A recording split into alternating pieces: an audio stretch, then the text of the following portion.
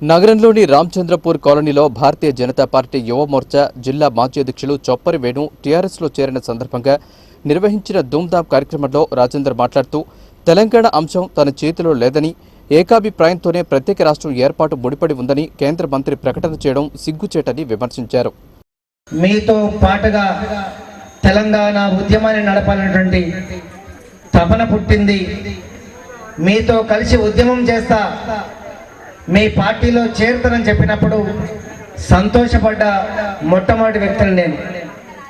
ఎందుకంటే గొర్రె బలిస్తే గొల్లలకు లాభమైనట్టుగా ఈ జిల్లా తెలంగాణ ఉద్యమాన్ని బొట్టు చెమట బొట్టు దారబోసి నిలిపిస్తున్న వాడిగా చొప్పరి వేణు ఇవాళ తెలంగాణ రాష్ట్ర సమితిలో చేరినందుకు, ఈ తెలంగాణ ఉద్యమంలో చేరినందుకు మనస్ఫూర్తిగా వారిని అభినందిస్తా ఉన్నా.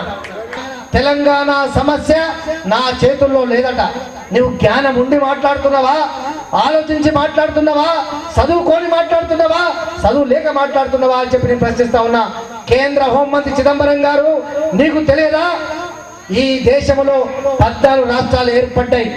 14 రాష్ట్రాలు ఏర్పడ్డప్పుడు పార్లమెంట్ లో బిల్లు పెడితే సింపుల్ మెజార్టీతో రాష్ట్రాలు ఏర్పడ్డ చరిత్ర కళ్ళ ముందు కదలాడుతున్నప్పుడు తెలంగాణ విషయంలో గోల్మాల్ చేస్తే ప్రయత్నం చేస్తే గోలైపోతాం, జాగ్రత్త అని చెప్పేసి ఈ కాంగ్రెస్ ప్రభుత్వాన్ని హెచ్చరిస్తా ఉన్నా.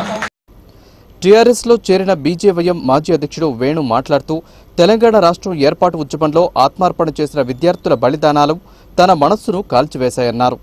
ఉద్యమంలో అమరులైన విద్యార్థుల ఆత్మ బలిదానాలను వృధా పోనీయకుండా తెలంగాణ రాష్ట్రం ఏర్పడే వరకు పోరాటాన్ని కొనసాగించడానికే టీఆర్ఎస్లో చేరానని ఆయన తెలిపారు. నేను మొన్న కొన్ని రోజుల నుంచి ఉద్యమంలో జరుగుతున్న విషయాలు చూస్తున్నాను. నా తమ్ముళ్ళు కేఈలో ఓఈలో ఆత్మహత్యలు చేసుకుంటున్నారు.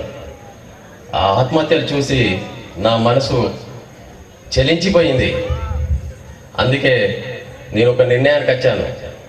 డైరెక్ట్గా తెలంగాణ ఉద్యమంలో పాల్గొని అయితే చావనైనా చస్తాను, అయితే చంపనైనా చంపుతానని నిర్ణయించుకొని మీ అందరి సహకారంతో తెలంగాణని సాధిద్దామని నేను నిర్ణయించుకున్నాను.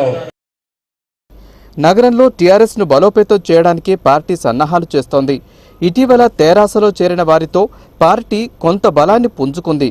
పార్టీని మరింత పటిష్టపరిచే ఉద్దేశంతోనే కమిటీల ఏర్పాటుకు శ్రీకారం చుట్టారు. రానున్న స్థానిక ఎన్నికల దృష్ట్యా పార్టీ క్యాడర్ను పెంచుతూ గ్రామీణ ప్రజానికంలో ప్రత్యేక రాష్ట్ర ఏర్పాటుపై అవగాహన కల్పించేందుకు ధూమ్ధామ్ లాంటి సాంస్కృతిక కార్యక్రమాలను నిర్వహిస్తున్నారు. అందులో భాగంగానే నగరంలో నిర్వహించిన ధూమ్ధామ్లో గాయకులు పాడిన పాటలు, ఆటలు అందరినీ ఆకట్టుకున్నాయి.